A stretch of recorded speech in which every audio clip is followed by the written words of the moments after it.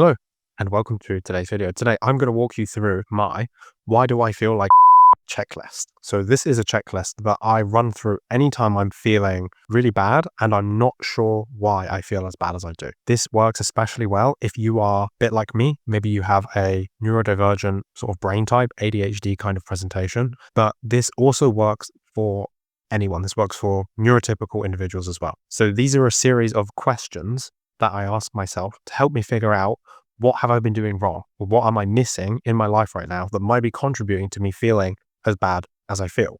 So I'm going to walk you through this list. I'm going to give you these questions so that you can have them at your arsenal, so you can ask yourself these questions whenever you're feeling not so great.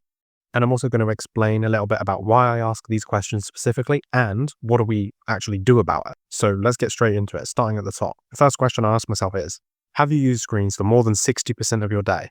And if so, what could we do that's not on a screen? I know how much of a difficult trap this is, especially in the modern world, especially if you're like me and you work from home or if you run your own business. There can be days where I literally will spend 12, even 14 hours looking at a screen, one screen or another.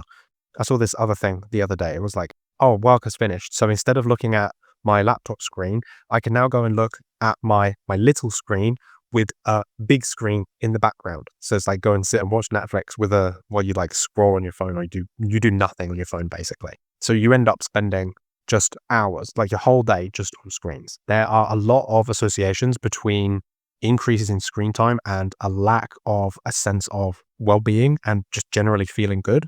It creates lethargy, it creates mental fatigue. It actually creates a lot of depression and anxiety-like behaviors as well.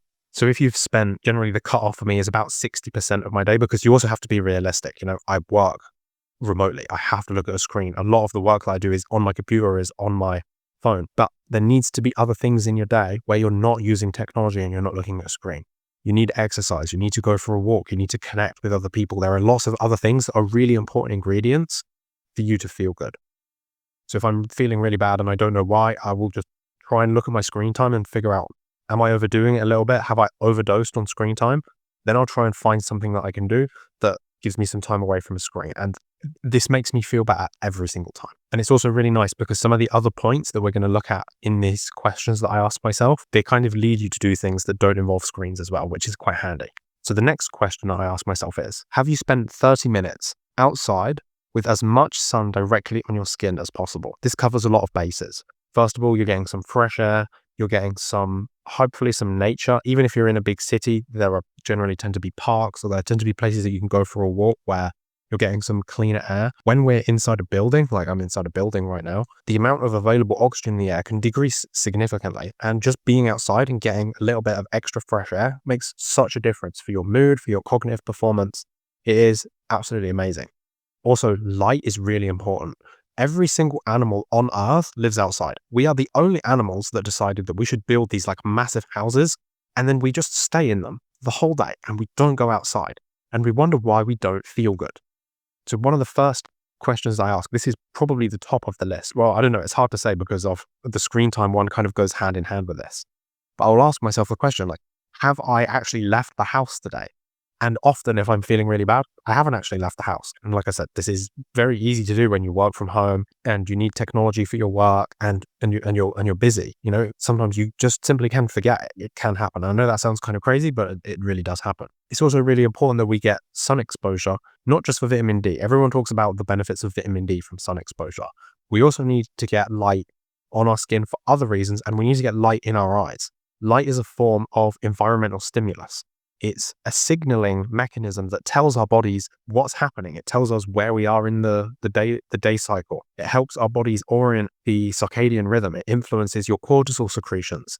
It affects neurotransmitters like serotonin and dopamine. It has a significant influence on how your body functions and how your body orientates itself in the day. In a way, your mitochondria are literally like light factories. They take the resources from the food. So if you think about what food is basically solidified light, because every part of the food chain involves sunlight at the base. So food is literally a physical manifestation of light. And what your mitochondria do is they have this magical process where they take that solid food and they basically turn it back into light. and into energy. And we know this is true because when you exercise or when you do anything that turns this energy that's stored as a physical medium, like calories in food, for example, we produce infrared radiation, also known as heat. This is why we are warm-blooded. This is why if you take an infrared camera and you look at a human being, they are emitting all of this infrared radiation out of them, because your mitochondria are literally taking this condensed sunlight, also known as calories in food, and it's turning them back into energy again. It's turning them back into light. So your mitochondria are literally so sensitive to light because their job is that they take condensed sunlight and they turn it back into light again. So having external light in your environment and being able to get this infrared radiation, literally the heat that you feel from the sun, this is infrared radiation. It penetrates your skin and it's direct stimulus to your mitochondria. It signals biologically, biochemically to your mitochondria that you are alive, that you're healthy, that you're under the sun. It provides them with information. And you need this. And every single animal on Earth gets this every single day. But we stay in our houses and we don't get it, and we wonder why we don't feel good. The next question on my list is, I ask myself, have I eaten enough food for the last 3 days? And this is especially important to check that you are eating your breakfast or some sort of meal before the most stressful period of your day. So this is sort of 2 points put in one, but we'll tackle these one at a time. Overall, food intake is one of the most profound biological safety signals that your body has. Your body's ability to adapt and respond to stress is directly influenced by the caloric quantity of your diet, because your body needs to feel like it has resources to adapt and respond to stress. If you deprive your body of resources for any extended period of time, it will become afraid and it will move into a conservative state. When this happens, and you could most easily look at this when someone is in a fasted state where they're eating nothing, look at all of the different functions that happen. The immune system will shut down. The stress hormones go absolutely crazy. For example, 1 day of fasting, so 24 hours without food, your baseline cortisol levels are 10% higher than a normal day. That's just the first day. Imagine where this is going to go if you go for 2 or 3 or 4 or 5 days without food. The baseline level of stress hormones increases. Huge physiological stress from your body. If you're running on stress hormones, you are not going to feel good. I really don't think it takes like a rocket science or a biochemistry degree to understand that. If your body is running purely on stress hormones, you're probably going to feel very stressed. You're not going to feel very good.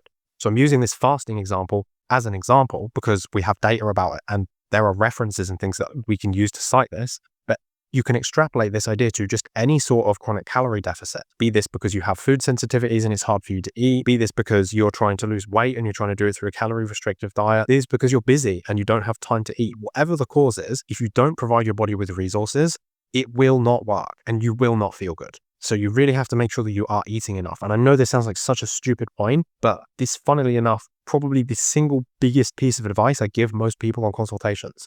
We look at the food intake and almost always, 60% of cases, it is low. The food intake is so important. You have to get your food intake up if you want to feel good. Your body needs resources to work. If you want to lose weight, it is not just about calorie restriction. You need to look at your hormones. You need to look at your muscle mass. You need to look at your blood sugars. There's so much more that goes into it than just restricting calories. Restricting calories destroys your metabolism. It will mess up your health. I discourage it. I strongly, strongly discourage it. And the second point in here was looking at, are we eating breakfast / a meal before we have the most stressful experience of the day? So the reason that this is really important is if you don't eat early in the day, if you don't provide your body with this strong physiological safety signal early in the day, every stress that you experience for that whole day will have a magnified impact on your blood sugar levels, on your stress hormone levels, and your body will feel that these impacts significantly more. And one of the best things that we can do to just simply reduce these negative effects is to make sure that we eat something before these stressful periods in our day, and ideally eat some breakfast as well. And when I say eat breakfast, I don't mean like grab a slice of toast. I mean, sure, a slice of toast is better than nothing, or a piece of fruit is better than nothing. But ideally, you'd be looking at trying to consume 30 grams of protein and fat. This is a really strong foundation that is going to provide your body with all of the physiological safety signals that it needs to know that everything is okay and it has all that it needs to deal with the stress of the rest of the day. I know, again, this point sounds so stupidly easy, and especially in the era of people doing intermittent fasting and not eating anything until 12 or 1 or sometime in the middle of the day. If you do still want to follow an intermittent fasting model, swap it. Eat breakfast, skip dinner. It's so much physiologically better. It makes so much more sense. And please, please, please stop training fasted. It is so stressful on your adrenal glands, especially if you're a woman. The amount of harm that you're doing to your body is probably very significant. You have to be extremely metabolically healthy for training in a fasted state to be healthful. This is true for men, but this is even more true for women. It makes so much more sense if you're going to put your body through a huge physiological stress like that. Please just eat something before. It will make such a difference. You'll see it in your performance and in your recovery. The next question on my list is I ask, have you spent at least an hour in physical proximity with another human being, preferably without screens, in the last 24 hours? Now, again, I know this one sounds absolutely ridiculous, but we are a social species. We are not designed to live alone. One of the things that I've noticed the most is whenever I enter states where I become very sort of emotionally erratic or dysfunctional, is I've been able to correlate this with a lack of physical intimacy and physical touch. I cannot emphasize enough just how important this is.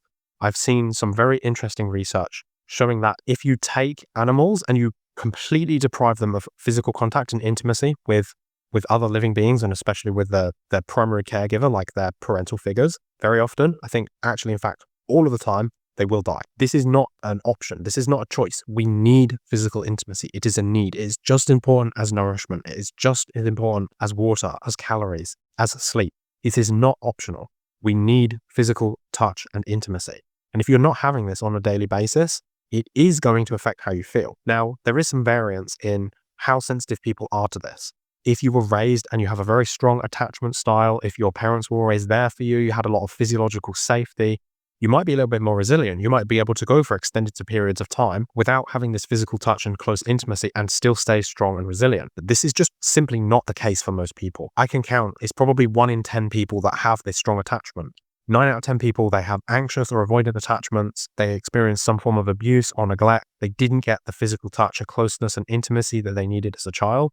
And as a consequence, it's a huge physiological unsafety signal to the body, and it will make you feel bad. It will mess up your stress hormones. Your brain chemistry will become all out of balance. You'll lean towards addictive behaviors like scrolling or eating junk food because you need physical touch. Again, it is not optional. It is required. So this is one of the things I'll always ask myself, because, sometimes life gets busy. Sometimes things are happening and you just don't have the closeness with your partner, or you don't have contact or support from people that are around you, and this really will significantly influence how you feel. So this is always a really good question to ask. And lastly, I ask myself the question, have I done anything in the last week that feels like a meaningful contribution to the world/humanity? I find that this point tends to be more important for men than it is for women, but it does hold true for both. I think it's very easy in the modern world where our physiological survival is not really put into question as much on a daily basis. Back in the days when famine was very common, disease, like life-threatening diseases, were absolutely everywhere. There were wolves and tigers and bears and predators in the forest just over there. There were all these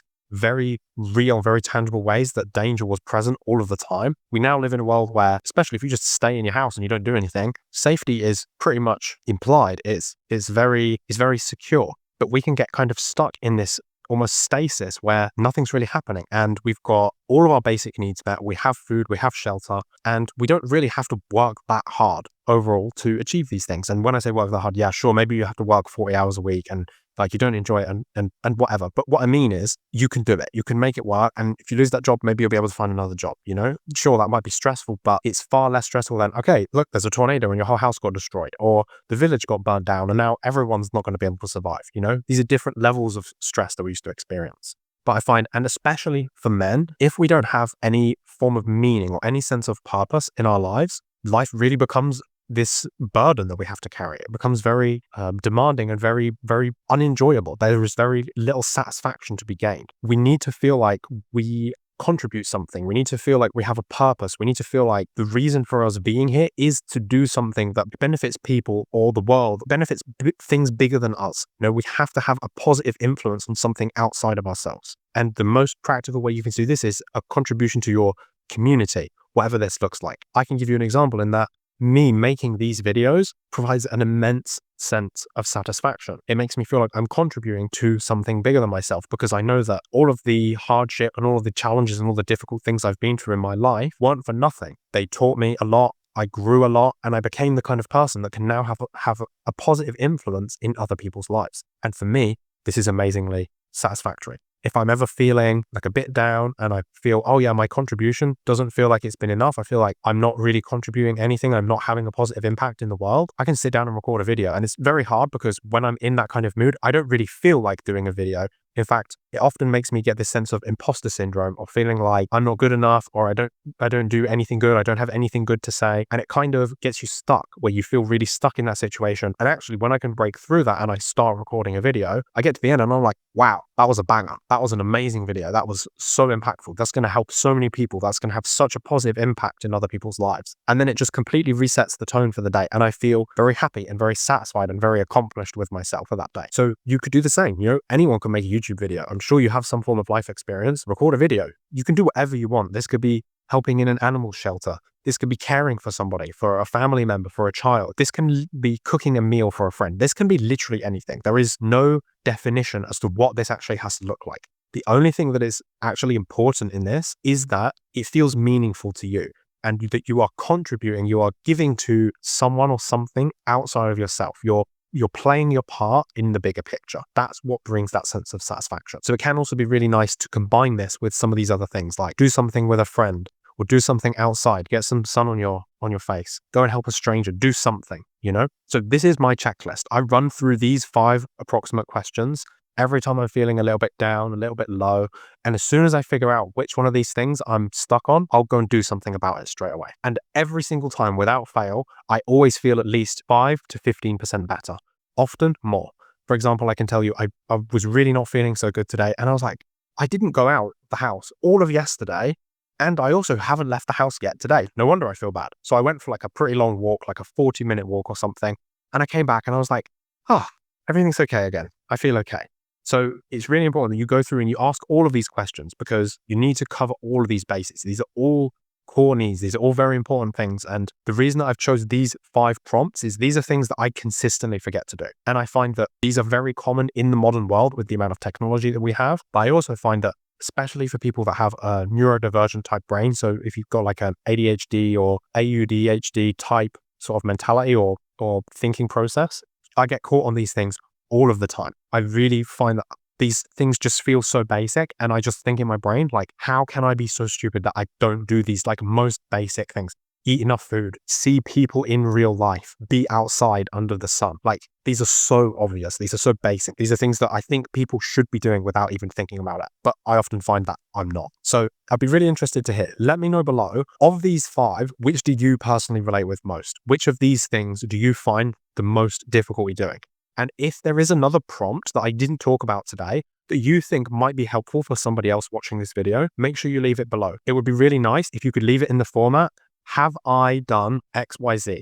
So ask this question, and then if you see any other comments that you think, okay, this was a really, really good one as well, make sure you like that other person's comment as well, so we can see. I'm really interested to see how many people are dealing with these other kinds of things, and what other prompts are people using to get themselves unstuck. Because if there's another one I could add to my list that might be really helpful for me to improve my quality of life, I definitely want to steal it as well. So let me know what you think, and let me know if you have any questions about any of the things that I talked about in this video. As always, I read all of the comments, and I'll do my best to get back to you as well. So I hope you found this really interesting and helpful. I really, really hope it helps. But take care, and I'll see you in the next one. Bye.